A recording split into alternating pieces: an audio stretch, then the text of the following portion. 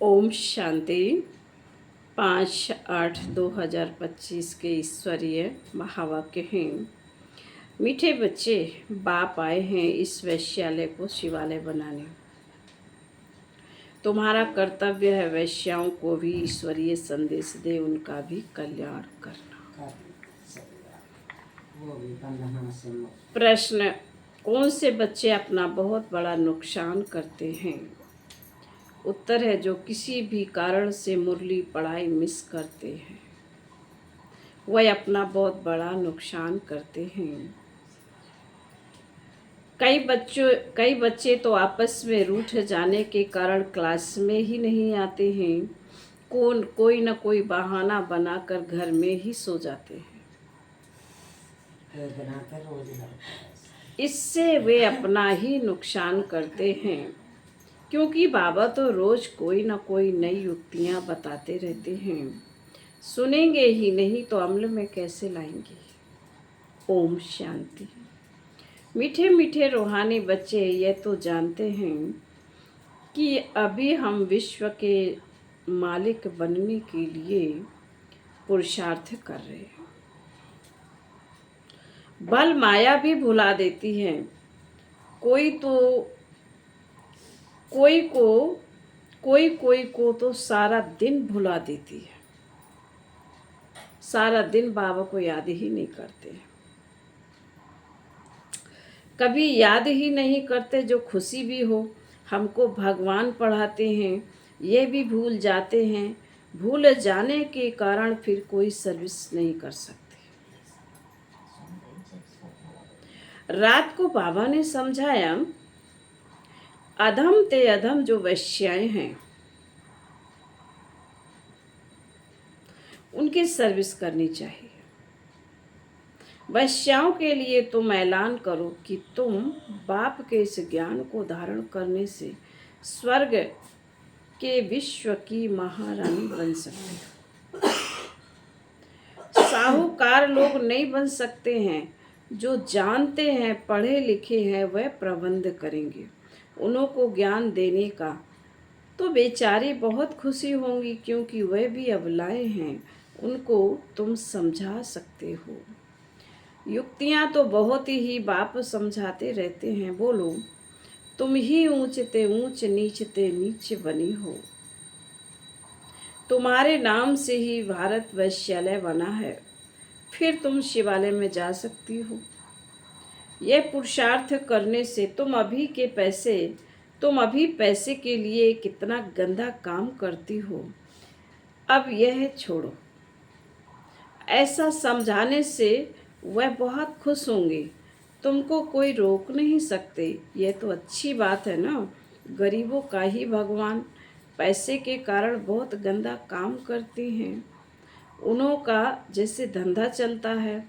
अभी बच्चे कहते हैं हम युक्तियाँ निकालेंगे, सर्विस वृद्धि को कैसे पाए। कोई बच्चे कोई ना कोई बात में रूठ भी पड़ते हैं, पढ़ाई भी छोड़ देते हैं। यह नहीं समझते हैं कि हम नहीं पढ़ेंगे तो अपना ही नुकसान करेंगे। रूठ कर बैठे जाते हैं। फलानी ने यह कहा, ऐसे कहा, इसलिए आते नहीं हैं। हफ्ते में एक बार मुश्किल आते हैं। बाबा तो मुरलियों में भी कभी क्या राय देते रहते हैं। मुरली सुनना तो चाहिए ना। बाबा कहते हैं मुरली तो सुनना चाहिए। ऐसे बहुत है, कारण अकारण बहाना बनाए सो जाएंगे। अच्छा आज नहीं जाते हैं, अरे बाबा ऐसी अच्छी अच्छी पॉइंट सुनाते हैं, सर्विस करेंगे तो ऊंच पद पाएंगे। यह तो है पढ़ाई। बनारस हिंदू यूनिवर्सिटी आदि में शास्त्र बहुत पढ़ते हैं, दूसरा कोई धंधा ही नहीं होगा तो बस शास्त्र कंठ कर सत्संग शुरू कर देते हैं। उनमें उद्देश्य आदि तो कुछ है नहीं।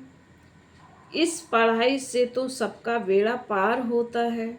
बाबा कह रहे जो शास्त्र पढ़ते हैं, बाबा कह रहे उनमें कोई उद्देश्य नहीं है। पढ़ते रहो, इसकी कलाएं उसकी कथाएं, यही तो होता है। बाबा कहते हैं उसमें कोई उद्देश्य नहीं है। इस पढ़ाई से तो सबका बेड़ा पार होता है। बाबा लक्ष्य बता रहा ना, उद्देश्य बता रहा ना इसमें।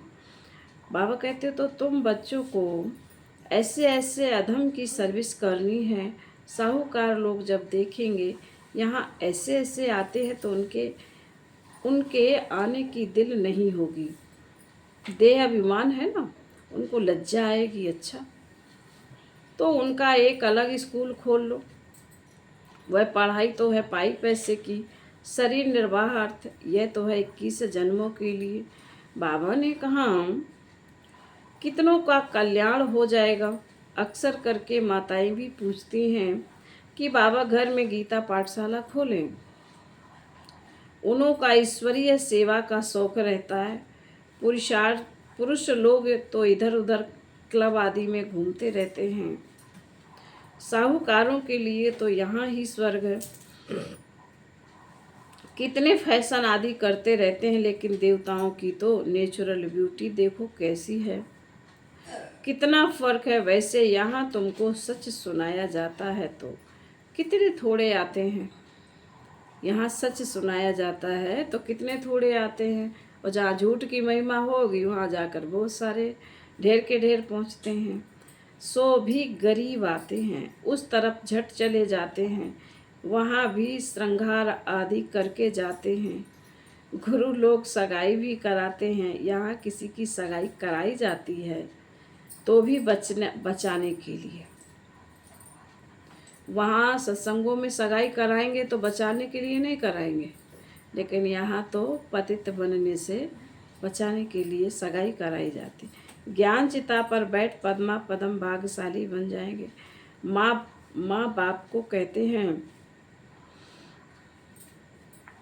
यह बर्बादी का धंधा छोड़ चलो स्वर्ग में, तो कहते हैं क्या करें, ये दुनिया वाले हमारे ऊपर बिगड़ेंगे कि कुल का नाम बदनाम करते हैं। शादी न कराना कायदे के बरखिलाफ है। लोक लाज कुल की मर्यादा छोड़ते नहीं हैं। भक्ति मार्ग में गाते हैं मेरा तो एक दूसरा न कोई। मीरा के भी गीत हैं। फीमेल्स में नंबर 1 भक्तन मीरा, मेल्स में नारद गाया हुआ है। नारद का भी कहानी है, नारद की भी कहानी है ना। तुमको कोई नया आदमी कहे मैं लक्ष्मी को बर सकता हूँ तो बोलो अपने को देखो लायक हो, पवित्र सर्वगुण संपन्न हो।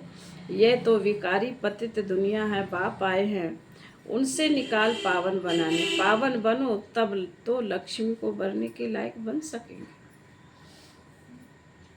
यहाँ बाबा के पास आते हैं, प्रतिज्ञा करते हैं, फिर घर में जाकर विकार में गिरते हैं। ऐसे ऐसे समाचार आते हैं। बाबा कहते हैं ऐसे ऐसे को जो ब्राह्मणी ले आती है उनके ऊपर भी असर पड़ जाता है। इसलिए बाबा कहते हैं पावन को कम से कम 1 साल की पवित्रता हो तब बाबा के घर ले जाना चाहिए। इंद्र सभा की कहानी भी है ना, तो ले आने वाले पर भी दंड पड़ जाता है। बाबा ब्राह्मणियों को हमेशा कहते हैं कच्चे कच्चे को मत ले आओ, तुम्हारी अवस्था भी गिर पड़ेगी, क्योंकि बेकायदे ले आएंगे। वास्तव में ब्राह्मणी बनना है बहुत सहज। बावन का वास्तव में ब्राह्मणी बनना तो बहुत सहज है। 10-15 दिन में बन सकती हैं।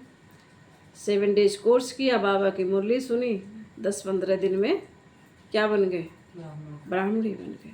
बाबा किसी को भी समझाने की बहुत सहज युक्ति बताते हैं। तुम भारतवासी आदि सनातन देवी देवता धर्म के थे, स्वर्गवासी थे, अब नरकवासी हो, फिर स्वर्गवासी बनना है।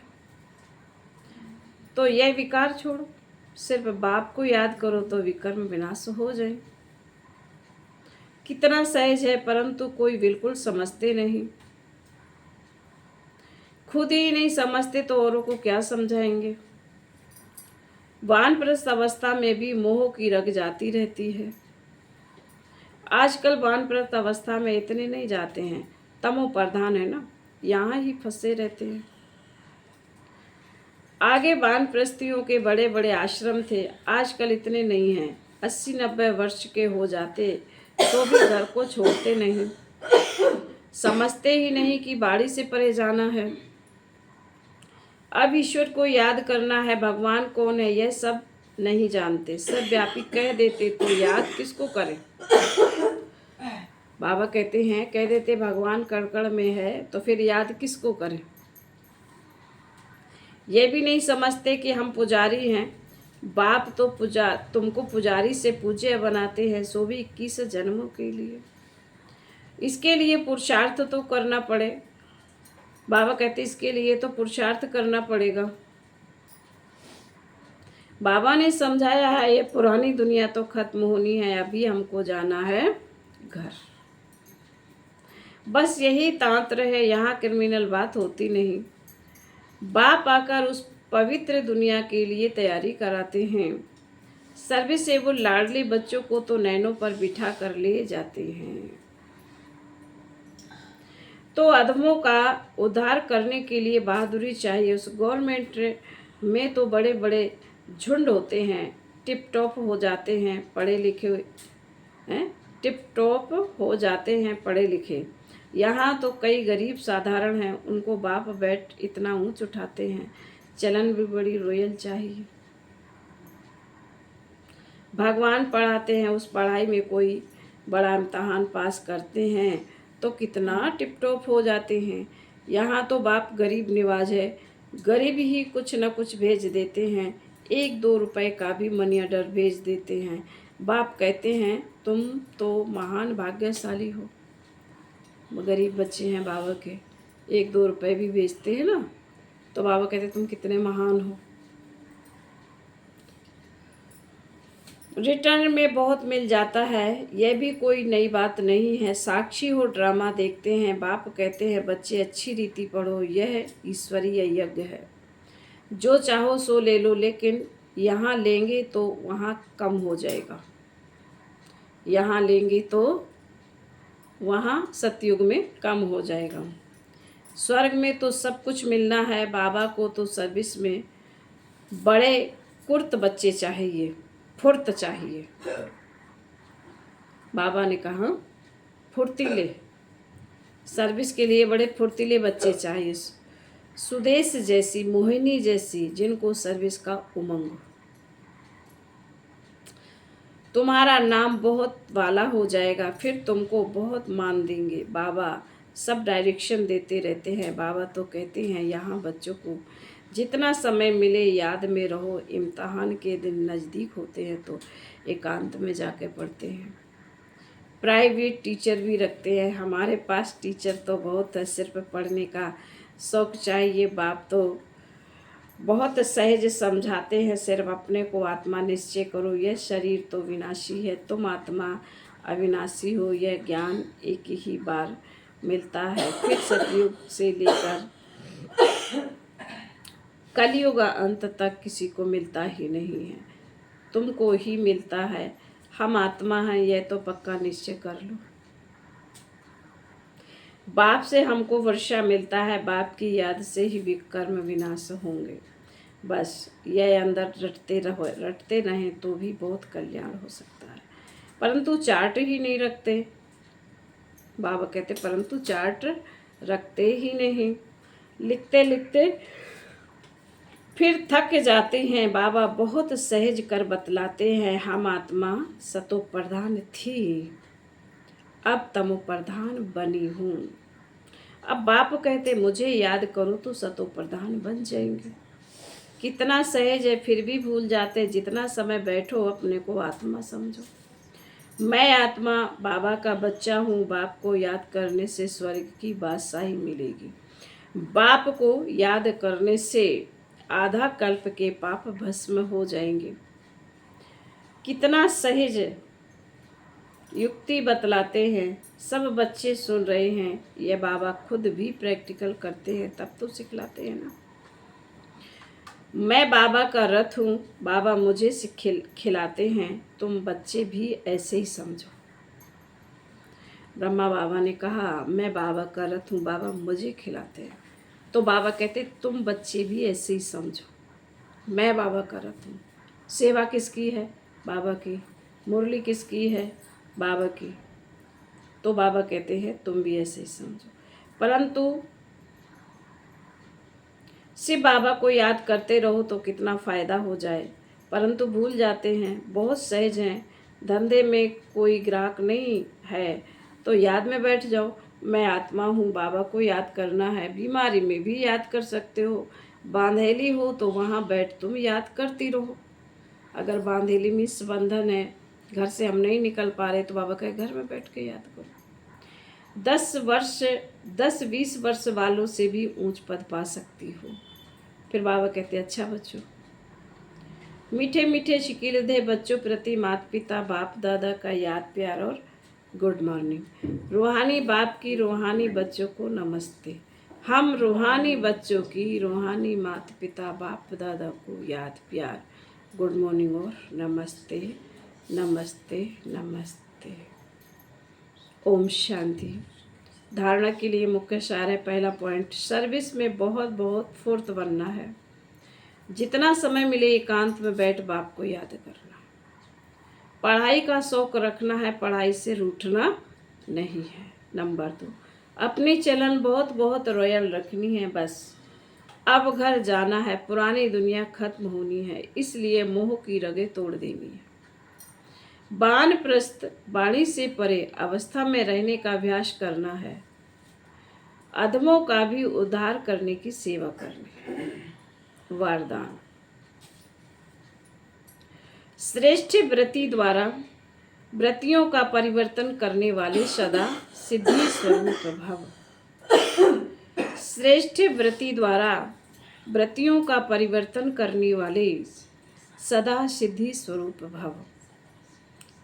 सिद्धि स्वरूप बनने के लिए व्रति द्वारा व्रतियों को, संकल्प द्वारा संकल्पों को परिवर्तन करने का कार्य करो।